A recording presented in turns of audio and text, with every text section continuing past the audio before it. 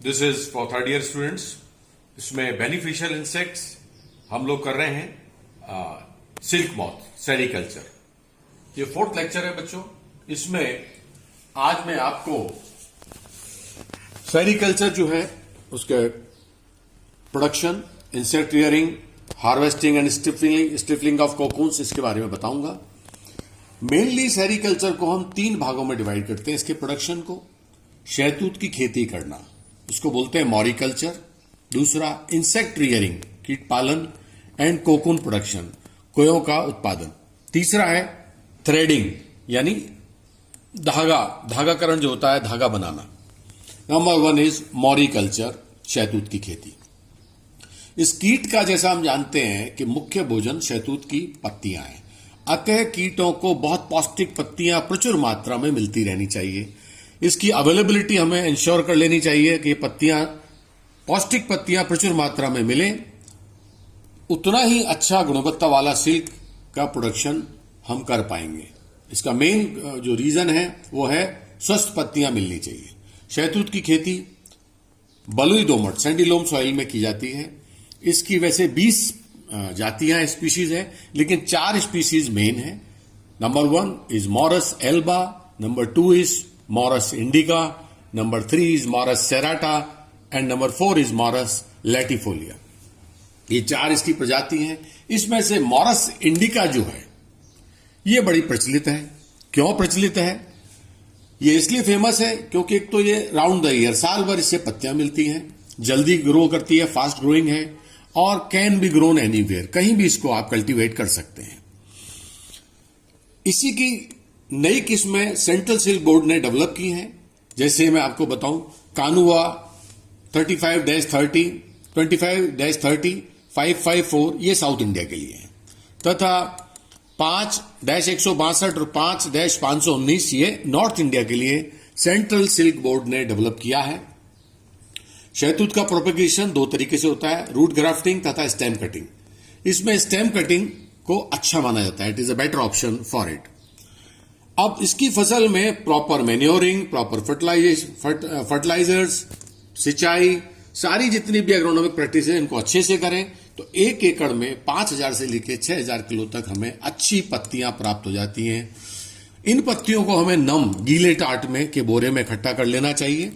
पर सबसे इंपॉर्टेंट, मैंने देखो यहां लिखा है इंपॉर्टेंट, इसको आप नोट करें। इंपॉर्टेंट ये है कि इसके जो कीट होते हैं सिल्क के, इनको भीगी पत्तियां खाने के लिए नहीं देनी चाहिए। क्यों? कि अगर आपने गीली पत्तियां दी तो उनमें कई प्रकार के जर्म्स, बैक्टीरिया, बीमारियां इनको मिल जाएंगी और आपकी जो है क्रॉप वो डिस्टर्ब हो जाएगी।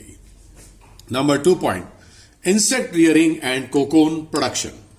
सिल्क मॉथ के अंडों को बीज कहते हैं, ये आप नोट कर लें। सिल्क मॉथ के जो अंडे होते हैं उनको हम बीज कहते हैं, सीड कहते हैं, तथा इसकी जो पीढ़ी होती है, जनरेशन, उनको क्रॉप कहते हैं। कीट पालन में सीड का बड़ा इंपॉर्टेंस है। शुद्ध सीड होना चाहिए, अतः बीज किसी रिलायबल सोर्स से या रिलायबल संस्था से लेना चाहिए। जहां से हमें सीड मिलता है उन केंद्रों को ग्रेनेज कहते हैं। इन पराग बीजों को, सीडों को, अंडों को पालन पोषण किया जाता है, जिसे एग का सेना, हैचिंग कहते हैं। जो अंडों का पालन पोषण होता है उससे एग का हैचिंग कहते हैं। बीजों को रियरिंग ट्रे में कागज पर फैलाकर रखते हैं, एग्स के ऊपर जालीदार कपड़ा रख देते हैं। जब कैटरपिलर अंडों से निकलने लगते हैं तब कुछ शहतूत की बारीक कटी हुई पत्तियां रख देनी चाहिए। अंडों से निकली हुई सुंडियों को दूसरे ट्रे में शिफ्ट कर देते हैं। इन्हें इकट्ठा कर पत्तियां खाने को दी जाती हैं। तो ये उस पर फीडिंग स्टार्ट करते हैं। जब सुंडियां मैच्योर हो जाती हैं तो इनके मुख से धागा निकलने लगता है। ये मुंह से धागा निकालने लगती हैं, थ्रेड निकालने लगती हैं। तब इन्हें ट्रे से हटाकर कोये की जो टोकरी होती है, जिसको कोकोनेज कहते हैं, COCOONAG कोकोनेज कहते हैं, उनमें रखते हैं। यहां से कोया ये बनाती हैं। प्राय 4 दिन में ये कोया बना लेते हैं। कोये की ट्रे में अधिक कीट नहीं रखने चाहिए क्योंकि ये आपस में भिड़ जाते हैं, उलझ जाते हैं, और फिर इससे क्या होता है, इनका ये उलझने से इनका धागा खराब हो जाता है, इससे धागा नहीं निकल पाता। इसको ड्यूपियंस कहते हैं। Next point is harvesting and stifling of cocoons. कोयों को चुनना और उनको मारना। पूर्ण रूप से डेवलप्ड, फुली डेवलप्ड कोयों को कोयों की टोकरी से अलग करना ही कोया चुनना कहलाता है। अडल्ट निकलने से पहले ही कोयों को मार देना चाहिए, क्योंकि अडल्ट निकल जाने पर कोया कट जाता है, क्योंकि जब वो उसमें से निकलेगा कोकून में से तो नेचुरल है वो कट जाएगा, और कट जाएगा तो उसकी क्वालिटी खराब हो जाएगी। ऐसे कोये को पियर्स कोकून कहते हैं, जो कि डैमेज हो चुका है। इसके धागे टुकड़ों में मिलते हैं, जिसकी हमें कोई कीमत नहीं मिलती। अतः सबसे इंपॉर्टेंट है बच्चों की बेस्ट क्वालिटी, सबसे सर्वोत्तम प्रकार का रेशम प्राप्त करने के लिए कोकून बनने के लगभग 10 दिन बाद गर्म पानी हॉट वाटर में इनको बॉईल करते हैं या भाप से सेकते हैं, ताकि उनके अंदर डेवलप हो रहे अडल्ट्स मर जाएं। इस क्रिया को, इस प्रोसेस को स्टिफलिंग कहते हैं। इससे फिर जो रेशम प्राप्त होता है that is of best quality. अब जो लास्ट लेक्चर होगा इस टॉपिक का, उसमें हम इसके कुछ इक्विपमेंट्स और 1-2 टॉपिक कवर करेंगे। Thank you.